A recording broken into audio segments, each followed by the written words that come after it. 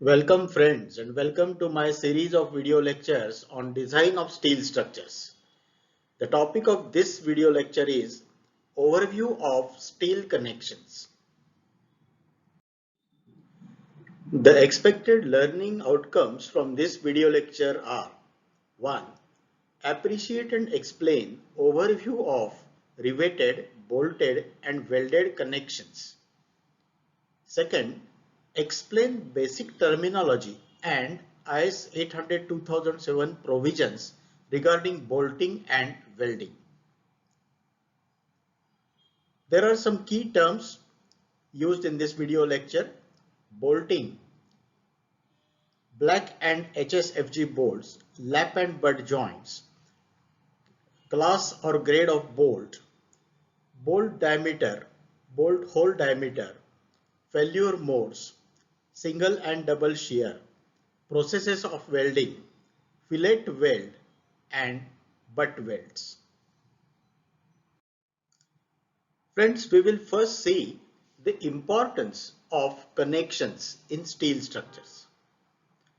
A steel structure is essentially an assembly of various standard steel components brought from steel yards and connected to each other on the site to form a structural assembly.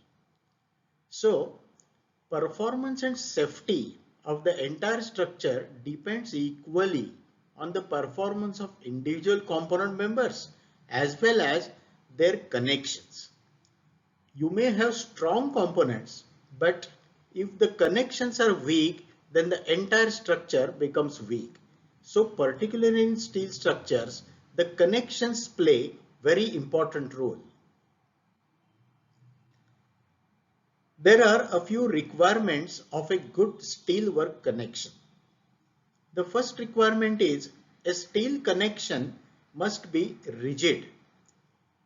That means it should be rigid to avoid the fluctuating stresses which will finally avoid the fatigue failure. Second is minimum weakening of parts due to direct or indirect damages. In steel structures, as we will see, while doing the connections, you are likely to damage directly or indirectly the steel parts which you are connecting. So minimum weakening of parts should be there in a good steelwork connection. The third requirement of a good steelwork connection is ease of working and maintenance to save time and cost. So these are the three requirements of a good steelwork connection.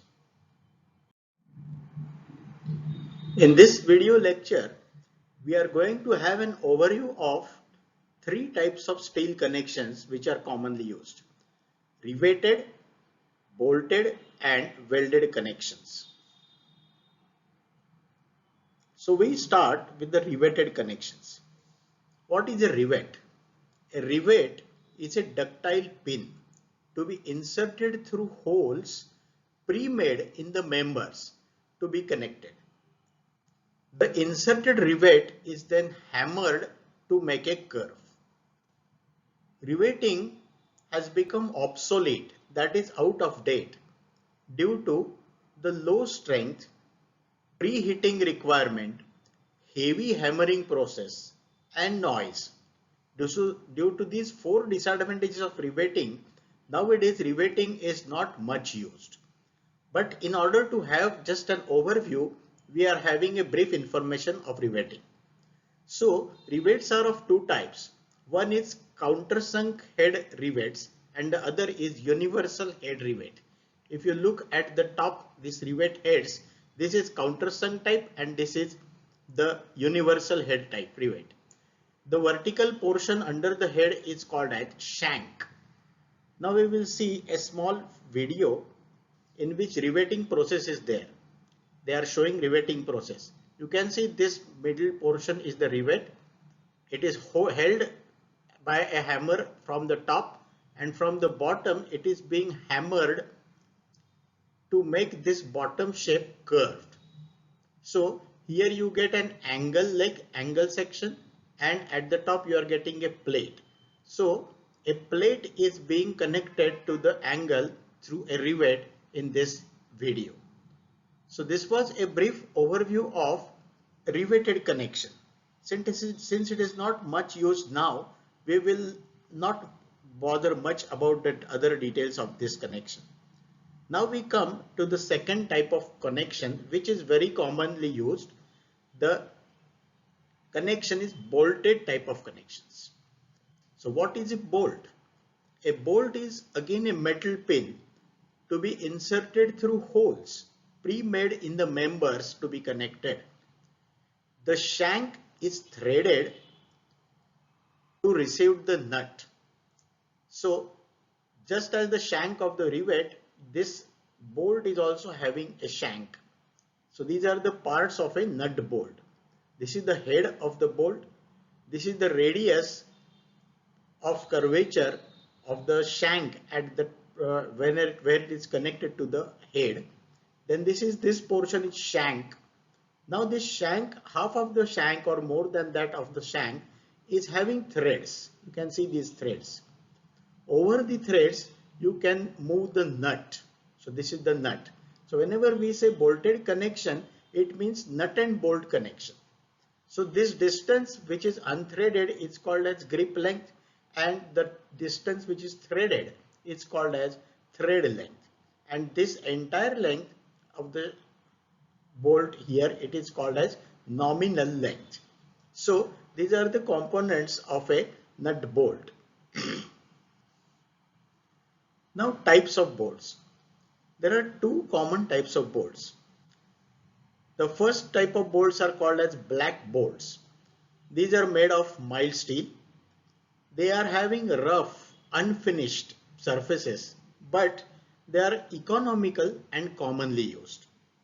They are not suitable for special purposes like impact, fatigue, or dynamic loads.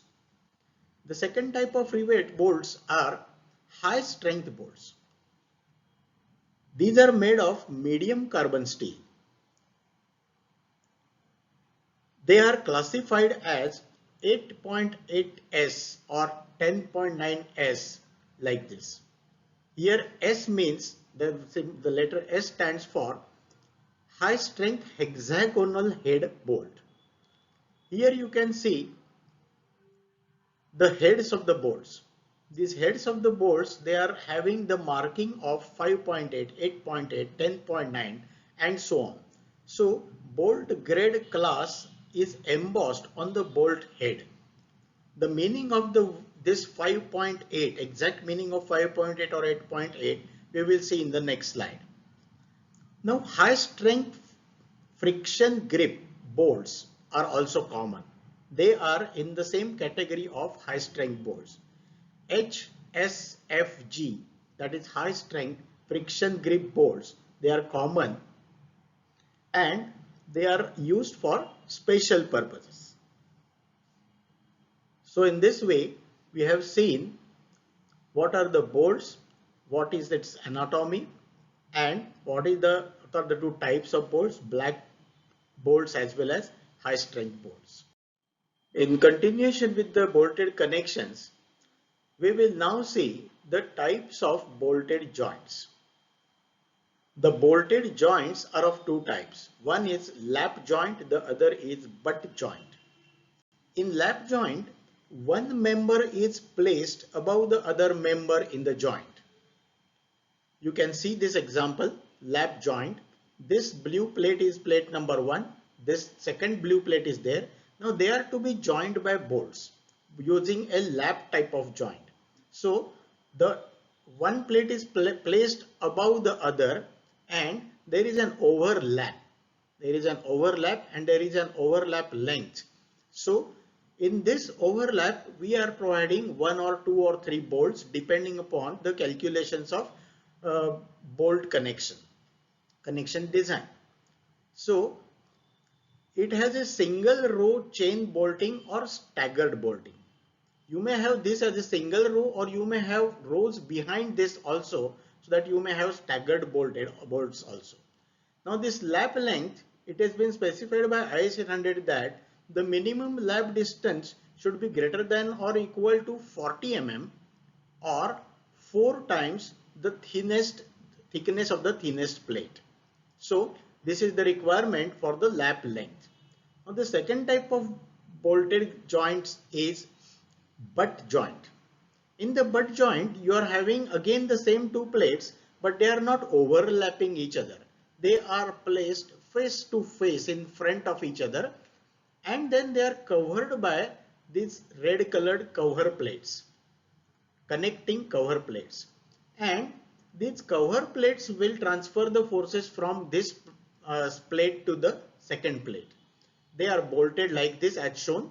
These connections can also be again of the single row chain bolting or staggered bolting. You can see a gap between the two plates. So this is the second type of joint in the bolted connection, that is the butt joint. So in this way we are having lap joint and butt joint as the two types of bolted joints.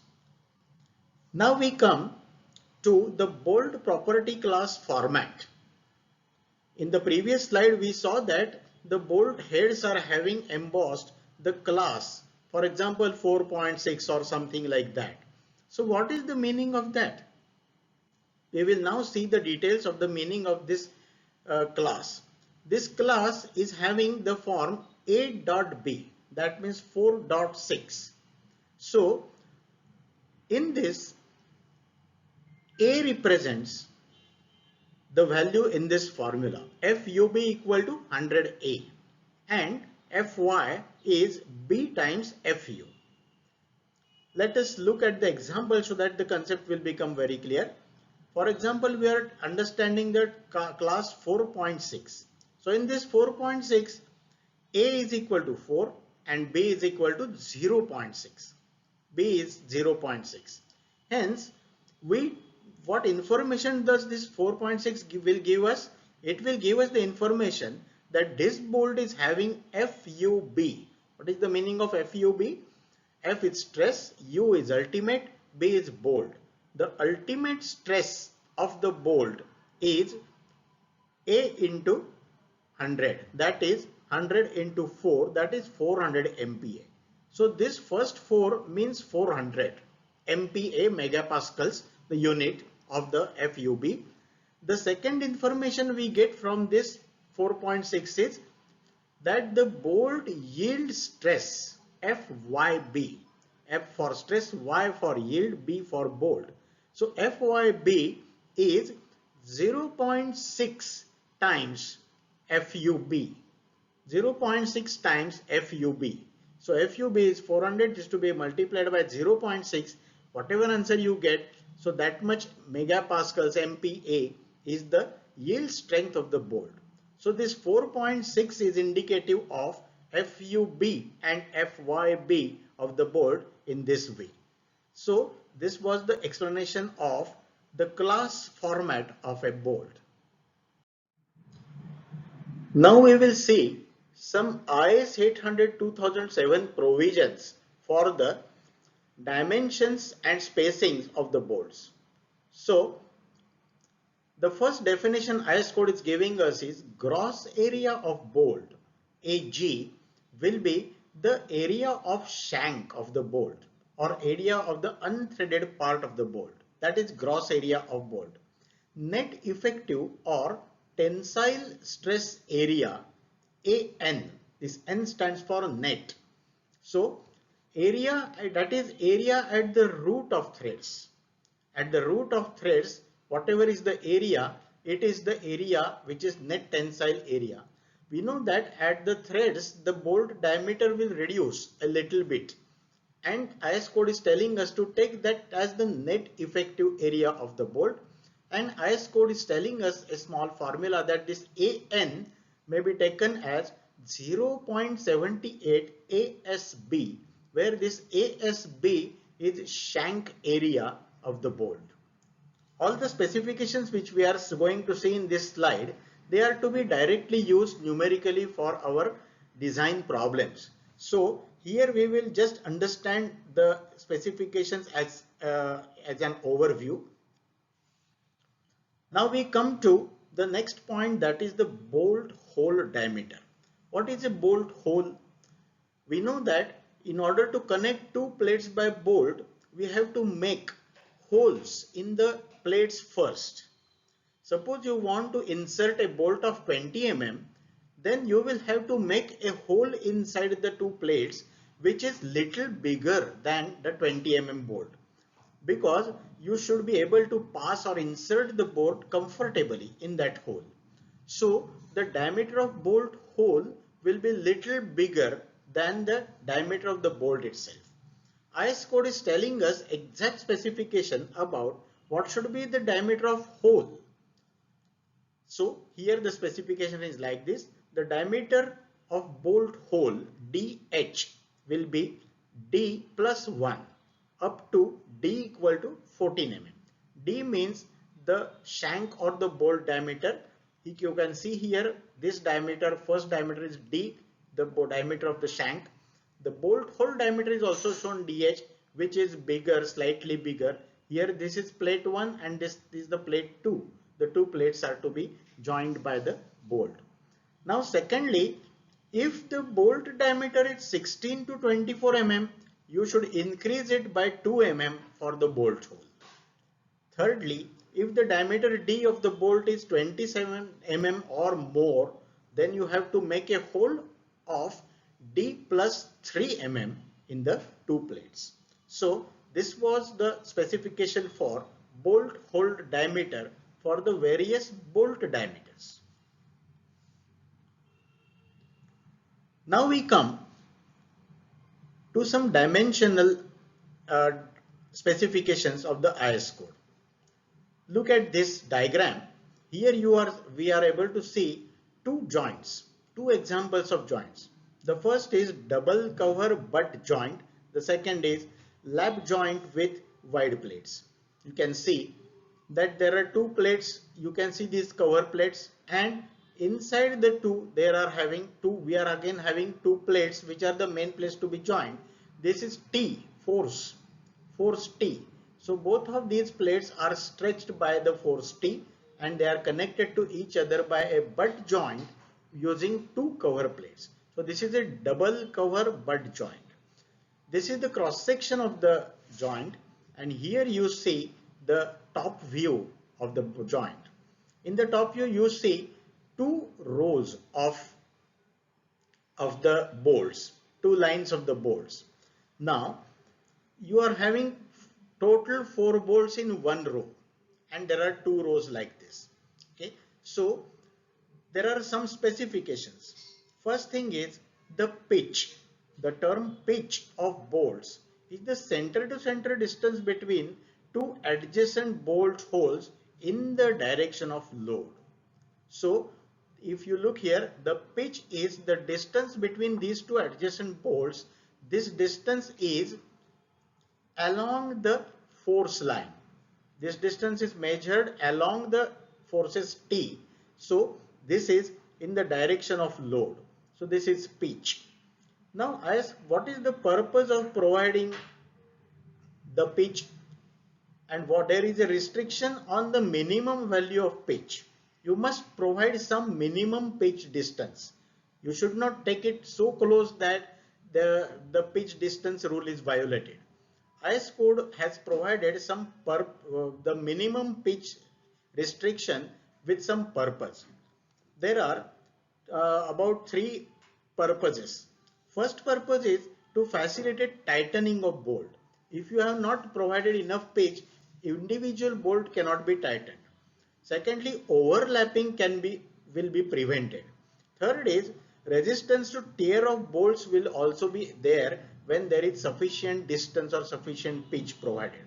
Now here the IS code tells us numerical specification about the pitch.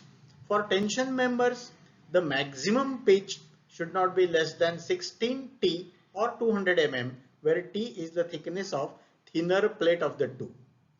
Then for compression members, the maximum pitch should not be less than, or it should be less than or equal to 12 T and 200 mm. So these are the two restrictions on the value of maximum pitch. Now Similar to pitch, we have got G, gauge. This gauge is vertical distance, you can say, or the distance perpendicular to the load line. You can see this gauge, and this is also the distance between two bolts, adjacent bolt or bolt rows. So that is called as gauge. So gauge is distance measured perpendicular to load between adjacent parallel bolt lines. So this is gauge. The third is edge distance E. You can see this edge distance. What is this edge distance? It is the distance of this center of this bolt from the edge of the connection, edge of the plate. So the edge distance is distance measured perpendicular to load. You can see that this distance is measured perpendicular to load of the edge of the plate from the center of the nearest bolt hole. The IS code has given a restriction on these distances also, that this edge distance should be greater than or equal to 1.7 dH, or it should be less than or equal to 12 T. So it should be between these two values. Here you know that dH is the bolt hole diameter dH. The last type of distance is the end distance. Edge distance was E, end distance is E dash. The end distance is this distance. This is in the direction of the forces T, that is in the direction of load. So distance measured parallel to load of the edge from the center of the nearest bolt hole.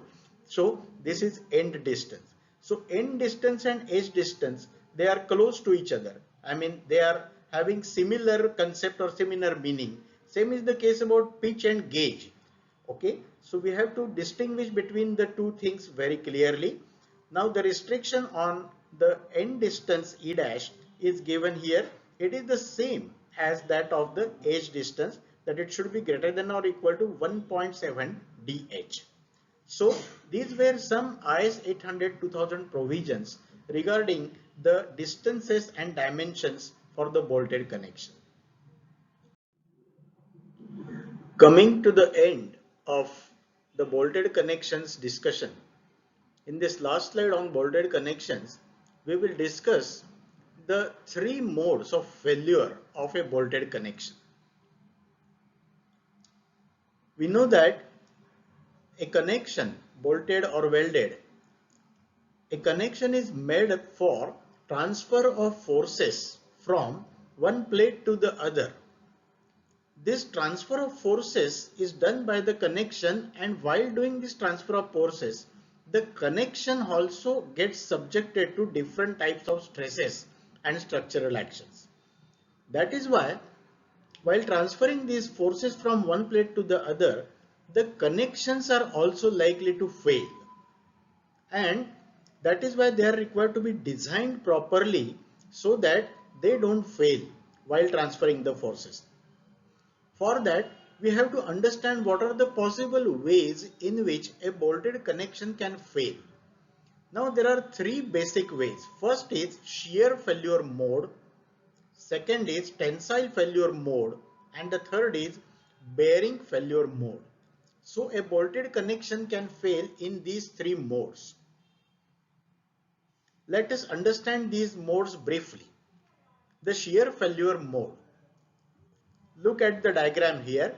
Here two plates were connected by a single bolt, but this bolted connection has failed in such a way that this plate and this plate, both the plates have undergone sliding against each other, so that this bolt has broken at this particular cross section.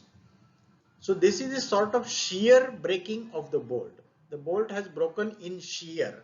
It is not in axial tension, compression, bending or torsion. It has broken in shear. So this is the single or double shear failure of bolt, or there is another possibility that the bolt may not fail, but the plate may fail at the bolt due to tearing. So in both of these cases, this comes under shear failure mode. Now we have said here that single or double shear failure of bolt. We will have a a little more detailed discussion on what is this single and double shear failure of bolt.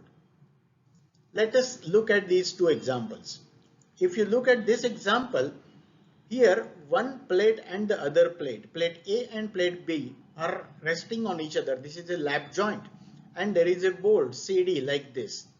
Then forces F and F dash, they are equal forces. They are applied on both the plates so that the this bolt is supposed to transfer force from plate A to the force in plate B.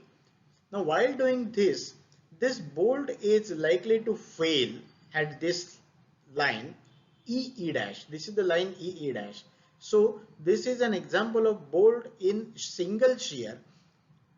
Plane EE dash is the cutting plane of the bolt in shear. So if you see the free body diagram FBD of the bolt is subjected to force F from this side, F dash from this side, and at E it is breaking like this. This is the sort of shear failure. Here we see that this bolt breaks only at one cross section EE dash due to shear. So this is the bolt in single shear. We say that this bolt fails in single shear. Now if we look at this diagram, here what is happening? There are three plates instead of two. The plate C and D here, this is C, this is D, and there is a plate B. And two forces are acting on C and D and one force is acting on F on this plate B. So plate B is being pulled against the plate C and D and a single bolt is again there. So what will happen to this bolt now? If it has to fail in shear, while pressing this or while pulling this plate B, this bolt, if it is to fail, it will fail at two cross sections, this K and L. You can see this 1 and 2. So the bolt gets cut at two cross sections simultaneously. So we call this as the bolt in double shear. This is the bolt in double shear and this is the bolt in single shear. So this is the concept of single shear and double shear of the failure of bolt, and we require this distinction or this difference in the design calculations, as we will see later on. Now after having discussed this single and double shear failure of bolt in a greater detail, now we move to the second type of bolt failure mode. This is tension failure mode, tensile failure mode. In this mode, the bolt gets subjected to axial tension. The bolt gets subjected to axial tension or the bolt gets subjected to bending. You can see here the bolt here has undergone bending at this point. Or if it has to fail due to tensile failure of the plate, then the plate gets torn like this. So this type of failure is, or this mode of failure is tensile failure of bolt tensile failure of bolt or tensile failure of plate.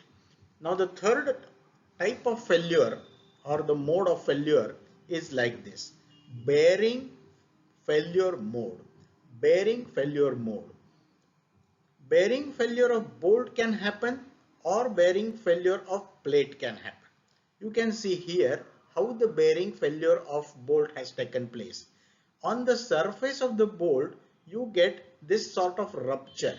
The entire bolt shank or bolt thread has not broken, but there is a rupture, local surface rupture due to bearing. This type of failure is called as bearing failure. The same type of failure can occur in the plate also. We have made a hole for the bolt in the plate also. So the bolt can press against the hole in the plate to the extent that the plate may get ruptured on the surface of the inner surface of the hole in the form of bearing failure of plate. So this type of failure is bearing failure of the bolt.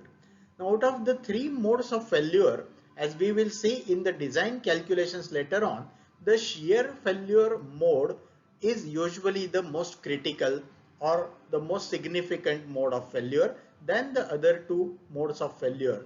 That means the connection is usually safe in the second and third mode. It is usually critical in the first mode. So in this way, we have seen three modes of failure of a bolted connection.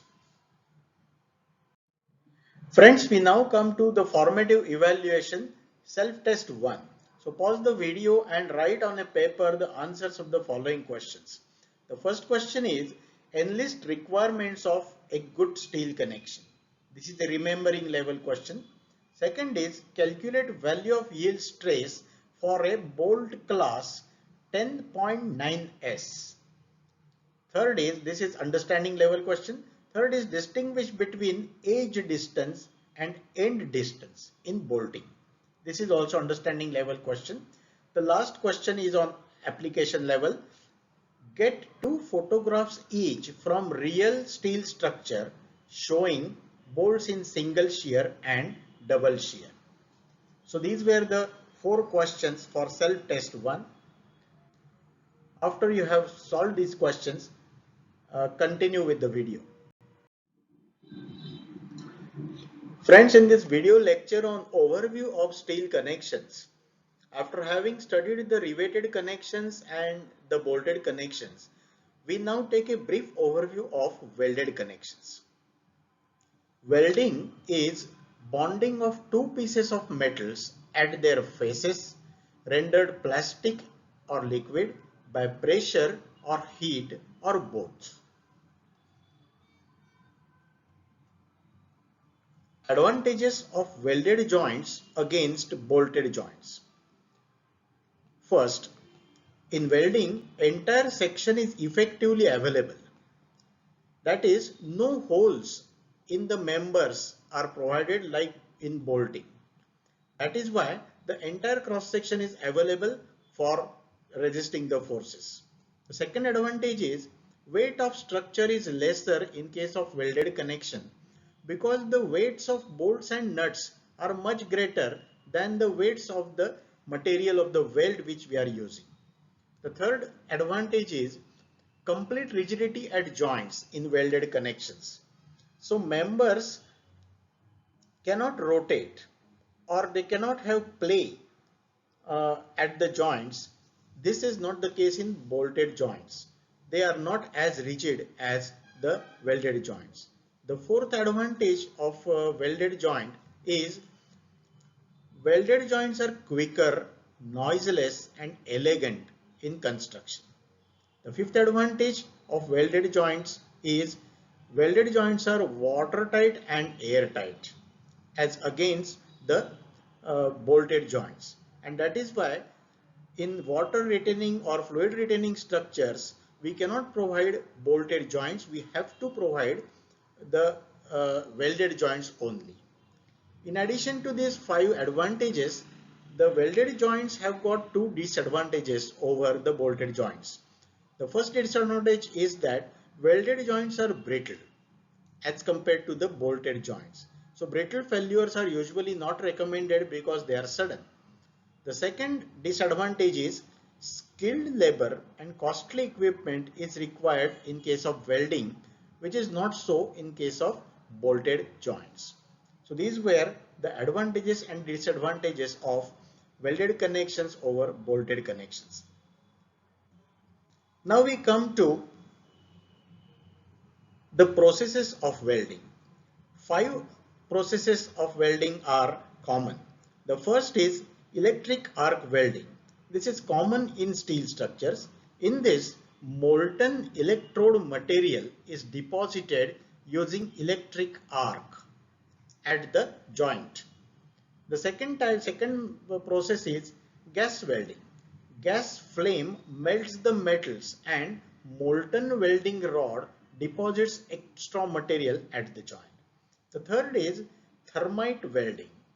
A mixture called thermite is ignited at the joint and the material gets deposited in the surrounding mold.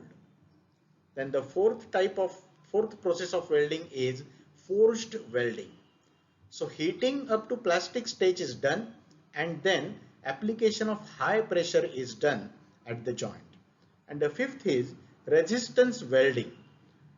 In this case, the temperature is raised up to a plastic limit through passage of electric current to the plates, and then pressure is applied. So these are the 5 common processes of welding. Now finally, we come to the types of welds. The welds are commonly of 2 types, fillet weld and butt weld. Here we see 2 examples of fillet weld. One vertical plate is connected to one horizontal plate. So this weld along the length, this is called a fillet weld. Same is the case here. Here you are having one plate vertical and the other horizontal. Again you get this length of the weld. This is the fillet weld. Now the other type is butt weld. Here one plate is here and the other plate is here. They are not overlapping each other, or they are in the same line or same plane, and they are put one against the other, and they are welded like this by this type of weld, and this type of weld is called as the butt weld. In the design of welded connections later on, we will be going into the greater details of the types of the welds. So this was a brief overview of the welded connections. Now we come to self-test 2 for the formative evaluation. We have got 3 questions on welded connections. First is, state advantages and disadvantages of welded joints over bolted joints. This is the remembering level question. Second is, compare in brief 5 welding processes. Understanding level question. Third is, by actual visit, get 1 photograph each of fillet weld and butt weld. So this is an application level question. So if you have given enough time for these questions to answer, continue with the video. So friends, we started with the expected learning outcomes from this video as appreciate and explain overview of riveted, bolted and welded connections. Secondly, explain basic terminology and IS 800-2007 provisions regarding bolting and welding. We use some keywords in this lecture also. So it is expected that you were attentive enough for the lecture and you could attain these outcomes. If it is not, if there is any doubt or difficulty, you have to contact your teacher for doubts and queries. There will be a summative assessment quiz in the Google form as usual. So we come to the end of this video. Thanks for watching the video, and thanks till we met the next time.